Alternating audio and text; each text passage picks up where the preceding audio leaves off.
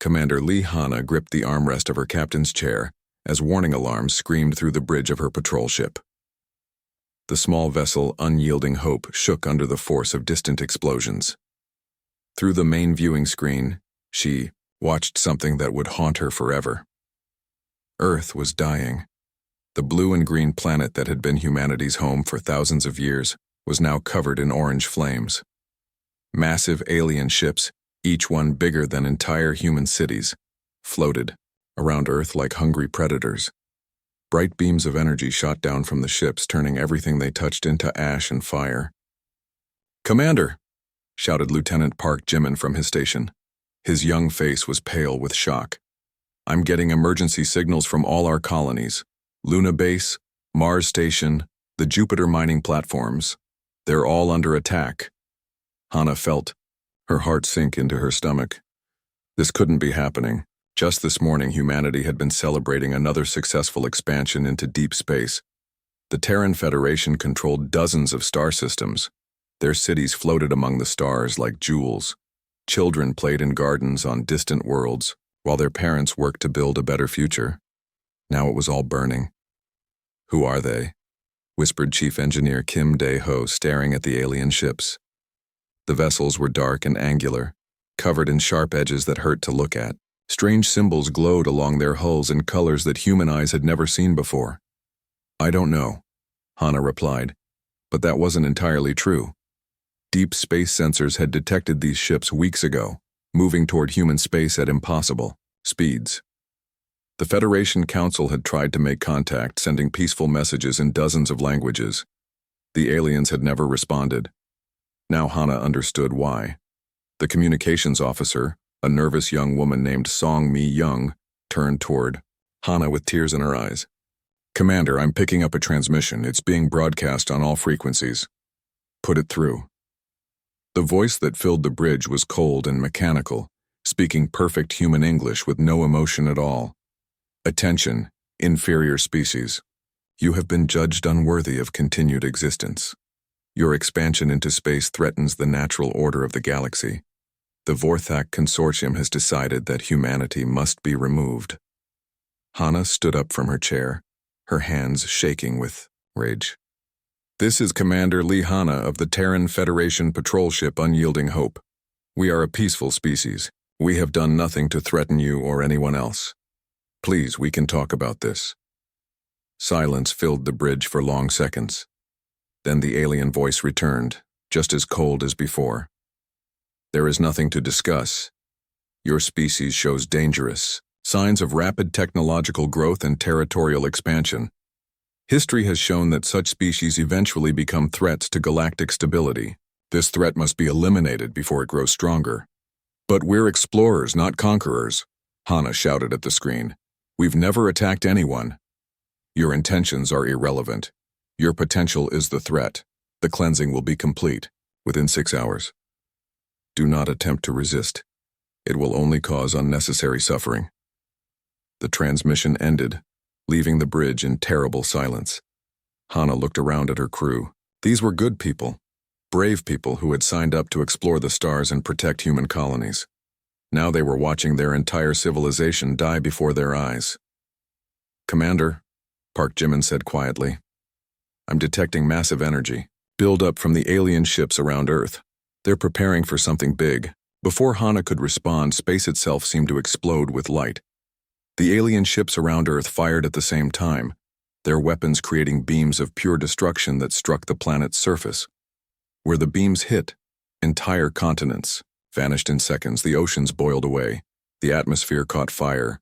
Earth, the birthplace of humanity, was being murdered. "Get us out of here," Hanna ordered, her voice barely above a whisper. "Commander?" Dae-ho asked, confused. "I said get us out of here now," Hanna shouted, suddenly finding her voice again. "We need to warn the outer colonies." But even as her ship turned away from Earth's death, Hanna knew it was too late. The communications board lit up with emergency signals from across human space. Every colony, every station, every ship was under attack. The aliens had planned this perfectly, striking everywhere at once. As Unyielding Hope jumped into hyperspace, Fleeing toward the empty regions beyond human territory, Hana received one final transmission from Earth. It was her brother's voice calling from the underground shelters beneath New Seoul. Hana, if you're out there, if anyone's out there, tell them we tried to be good. Tell them we just wanted to see the stars. Then static filled the channel, and Earth's voice was silenced forever. Hours later, as Hana's ship drifted in the darkness, between stars they began receiving scattered signals from other survivors. A few patrol ships like theirs had escaped. Some cargo vessels had been too far from the colonies to be caught in the first attack. A handful of deep space stations had managed to evacuate before the aliens arrived. In total, perhaps 10,000 humans were left alive in the entire galaxy. 10,000 people from a civilization that had numbered in the billions. Hana stared out at the stars and made a promise to the ghosts of her people. Somehow, somewhere, humanity would survive this.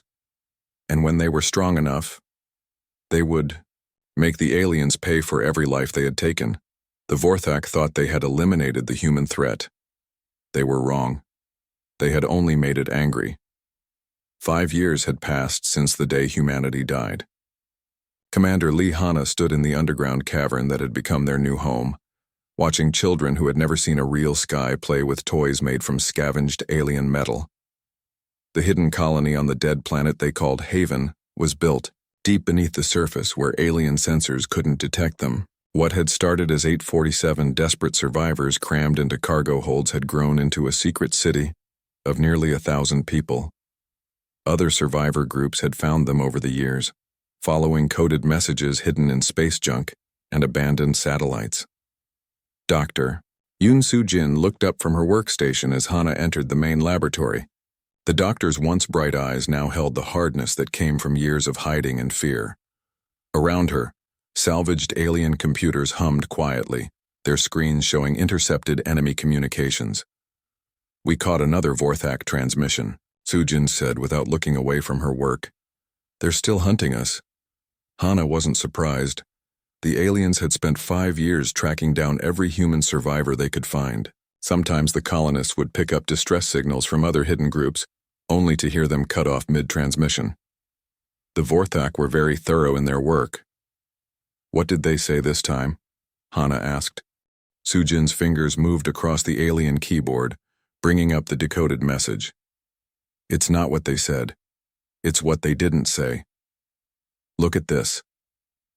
The screen showed a report from a Vorthak research station. Most of it was in the clicking, buzzing language that the aliens used, but Soo-jin had learned to read their symbols over the years. The report talked about specimen analysis and threat assessment protocols. "They're not just hunting us for sport," Soo-jin explained, her voice troubled. "They're studying us, our technology, our bodies, our minds. They want to understand what made us dangerous enough to destroy."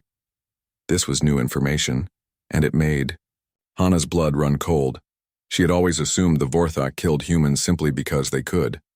The idea that they were conducting experiments on captured survivors was much worse.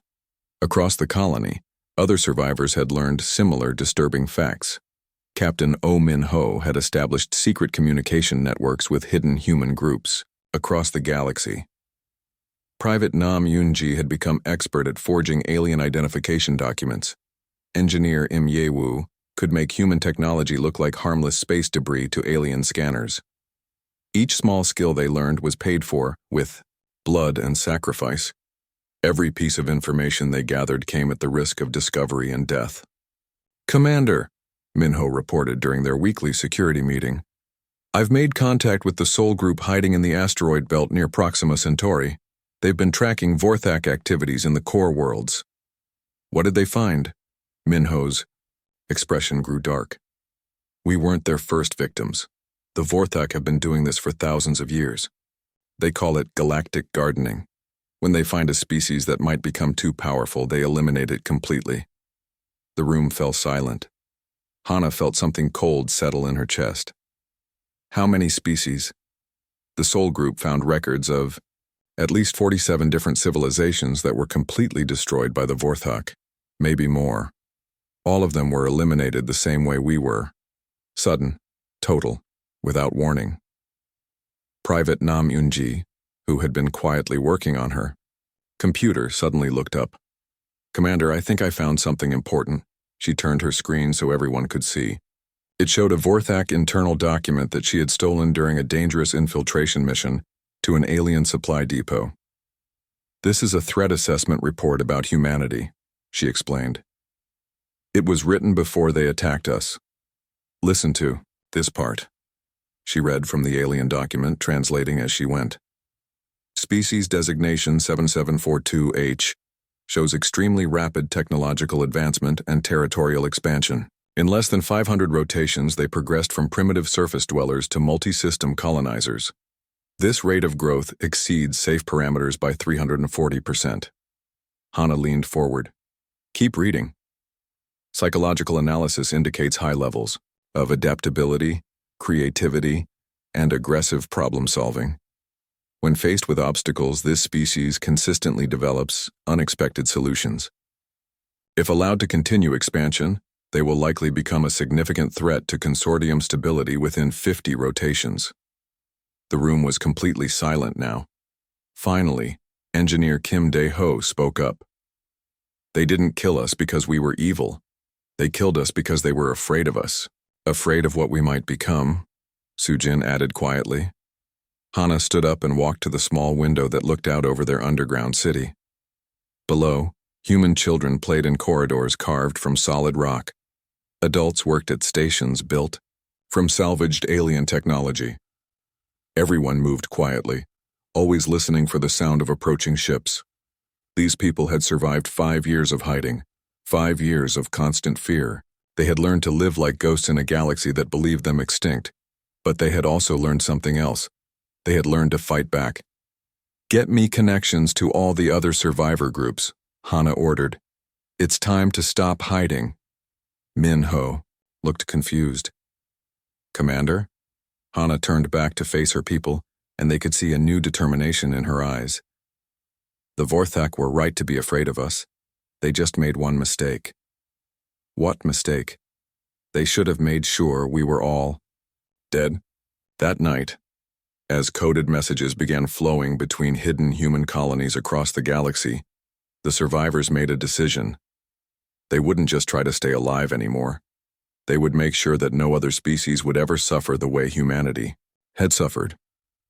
The Vorthak had created exactly the kind of enemy they had tried to prevent, and now that enemy was ready to teach them what human creativity could really accomplish. The first human to walk openly on a Vorthak station was Lieutenant Colonel Jang Hyun-woo, though nobody knew he was human at the time. He wore the gray coveralls of a maintenance worker and carried forged identification papers that claimed he was a member of the Kethvar species, one of the alien races that served the Vorthak Consortium.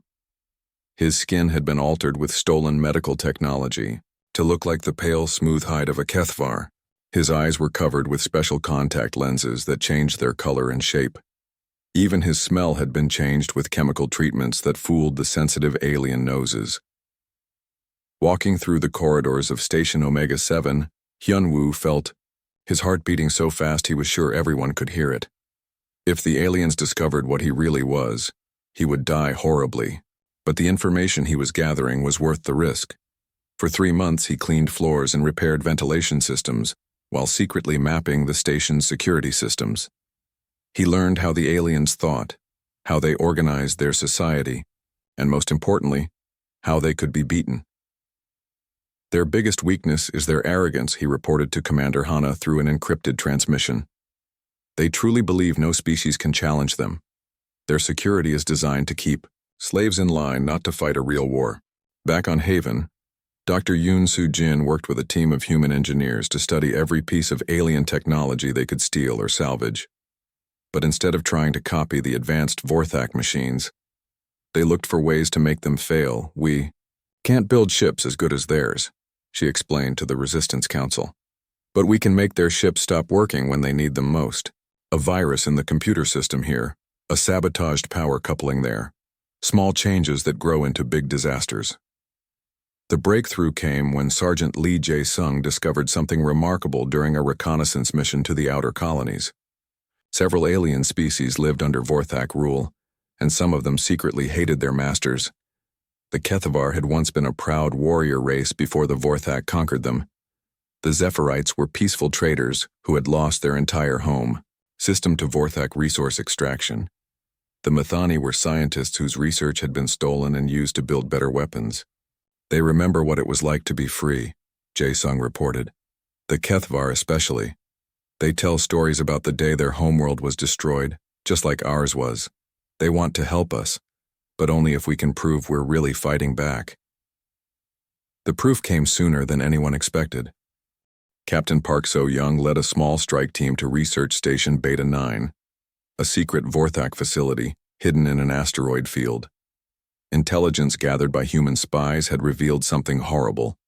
The station was conducting experiments on captured humans. The assault team consisted of only 8 people, but they had spent months planning every detail. They wore stolen Vorthak uniforms and carried forged authorization codes. Their weapons were disguised as maintenance tools until the moment they were needed. So-young's heart pounded as she walked through the station's sterile white corridors. Somewhere in this place, humans were being tortured and killed in the name of alien science. The thought made her hands shake with rage. The strike team moved like ghosts through the facility. Years of hiding had taught them to be silent and invisible. They disabled security cameras with computer viruses that Soo-jin had created. They opened locked doors with stolen access codes. They moved through the station like they owned it. The laboratory was in the deepest part of the facility, behind layers of security that would have stopped any normal infiltration. But the humans weren't normal infiltrators. They were survivors who had learned to turn the aliens' own systems against them. What they found in the laboratory made even the hardened resistance fighters sick. Humans floated in glass tanks filled with green liquid. Others lay on metal tables with wires connected to their heads. Computer screens showed detailed scans of human brains and bodies. The Vorthak scientists never saw the attack coming. So-young and her team moved through the lab like a storm of vengeance, freeing the surviving test subjects and destroying everything they could find. When they were done, nothing remained but smoke and rubble. But the most important part came next. Using techniques learned from months of sabotage training, they made the destruction look like an accident.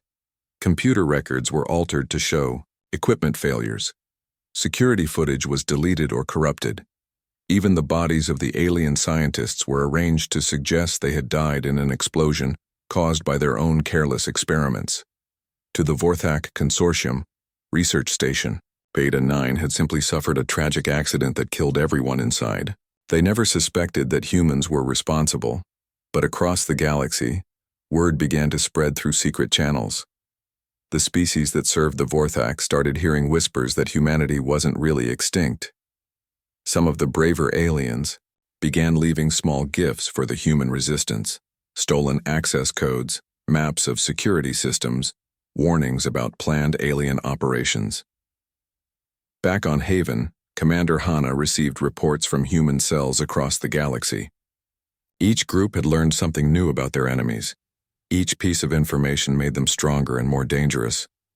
The aliens think they're hunting the last few survivors, she told her staff during a planning meeting. They don't realize they're teaching us how to destroy them. Engineer Kim Dae-ho looked up from his workstation. What's our next move, Commander? Hana smiled for the first time in years. It wasn't a pleasant smile.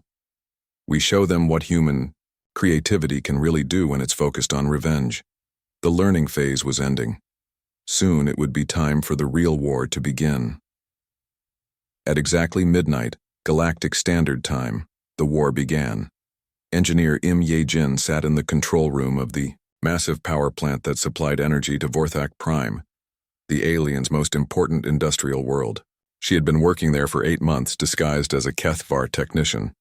The aliens trusted her to maintain their most critical systems. That trust was about to kill them. Her fingers moved across the control panel with practiced ease. To anyone watching, she appeared to be running routine maintenance checks. In reality, she was introducing tiny flaws into the power grid's programming. Each small change would cascade into bigger problems, and those problems would grow until the entire system collapsed. At the same moment, thousands of light years away, Commander Cho Tae-hyung watched a Vorthak supply convoy drop out of hyperspace. The alien ships were massive cargo vessels, carrying weapons and supplies to consortium forces throughout the galaxy. They were protected by only a small escort of warships. The aliens never suspected that the asteroid field they were passing through was full of hidden human fighters. "All units, this is Wolf Leader," Cho whispered into his communicator. "Remember, we need to make this look like a pirate attack. No survivors, no evidence." The human ships emerged from their hiding places, like hungry predators. They had been modified with stolen alien technology and disguised to look like the crude vessels used by common space pirates. The attack was swift and brutal, leaving nothing but debris and silence. Deep in consortium space, Dr. Kang Min-seo uploaded a computer virus into the Vorthak military communication network. She had spent 2 years learning how their systems worked, and now she was using that knowledge to plant a digital poison that would spread through their entire fleet. The virus was beautiful in its simplicity. It didn't destroy data or crash computers. Instead, it made tiny changes to messages and reports. Orders were delayed by minutes or hours. Navigation data was shifted by small amounts. Supply requests were sent to the wrong departments. Each change was too small to notice, but together they would create chaos throughout the alien military. All across the galaxy, similar attacks were happening at the same time. Human agents who had spent years infiltrating alien society were finally revealing themselves, but only through their actions. Vorthak ships suffered mysterious engine failures. Communication networks experienced strange glitches. Entire supply depots disappeared without explanation. The aliens initially dismissed these incidents as bad luck or the work of common criminals. The Vorthak mind couldn't conceive that humans, a species they had completely destroyed, could be responsible for coordinated sabotage across dozens of star systems. Admiral Ryu Sung-ho stood on the bridge of the captured Vorthak dreadnought, inevitable victory, watching as his mixed fleet of human and alien vessels prepared for their most daring mission yet. The massive warship had been taken in a brilliant tactical operation 6 months earlier, when human infiltrators had sabotaged its crew's life support systems and then boarded the defenseless vessel. Now the ship served as the flagship of humanity's secret navy, painted with false identification codes and crewed by survivors who had learned to operate alien technology through years of desperate study. "All ships, this is Phoenix Command," Ryu broadcast on the encrypted channel that connected human forces across the galaxy. "Operation Redemption begins now." The fleet dropped out of hyperspace above Nexus Beta, a heavily fortified Vorthak world that served as a regional command center. The planet's orbital defenses immediately powered up, preparing to destroy what appeared to be a pirate raid. But the defenses had been sabotaged weeks earlier by human agents working as maintenance crews. When the massive energy cannons tried to fire, they exploded instead, taking out half the orbital platforms in brilliant flashes of light. The battle was swift and decisive. The remaining Vorthak ships fought bravely, but they were facing an enemy that had spent 5 years learning every weakness in their technology. Human computer viruses crashed alien targeting systems. Sabotaged weapons malfunctioned at critical moments. Even the space station's life support began failing as hidden programs activated throughout its computer network. When the smoke cleared, Nexus Beta was in human hands. "This is Commander Lee Hanna of the Terran Resistance," she broadcast on all frequencies, her voice carrying to every corner of the galaxy. "To the Vorthak Consortium, you took everything from us. Now we take everything back." The message was heard on thousands of worlds throughout consortium space. Alien species that had lived under Vorthak rule for centuries suddenly realized that the supposedly extinct humans were not only alive, but winning battles against their masters. On the industrial world of Kepler-7, the enslaved Kethavar workers put down their tools and picked up weapons. In the mining colonies of the Outer Rim, Zephyrite slaves turned on their overseers. Throughout the galaxy, species that had been conquered and enslaved for generations saw their chance for freedom. The rigid hierarchy that had maintained Vorthak control for thousands of years began to crumble. Local commanders found themselves fighting multiple rebellions while receiving confused and contradictory orders from their superiors. The careful system of control that the aliens had built was falling apart. Back on the bridge of inevitable victory, Admiral Ryu received reports from human cells across the galaxy. Every operation had succeeded beyond their best hopes. The Vorthak military was in chaos, their economy was collapsing, and their subject species were in open revolt. Admiral, his communications officer reported, "We're receiving a transmission from the Vorthak High Command. They want to negotiate." Ryu smiled coldly.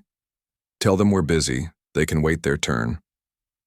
The strikes had been perfectly coordinated and devastatingly effective.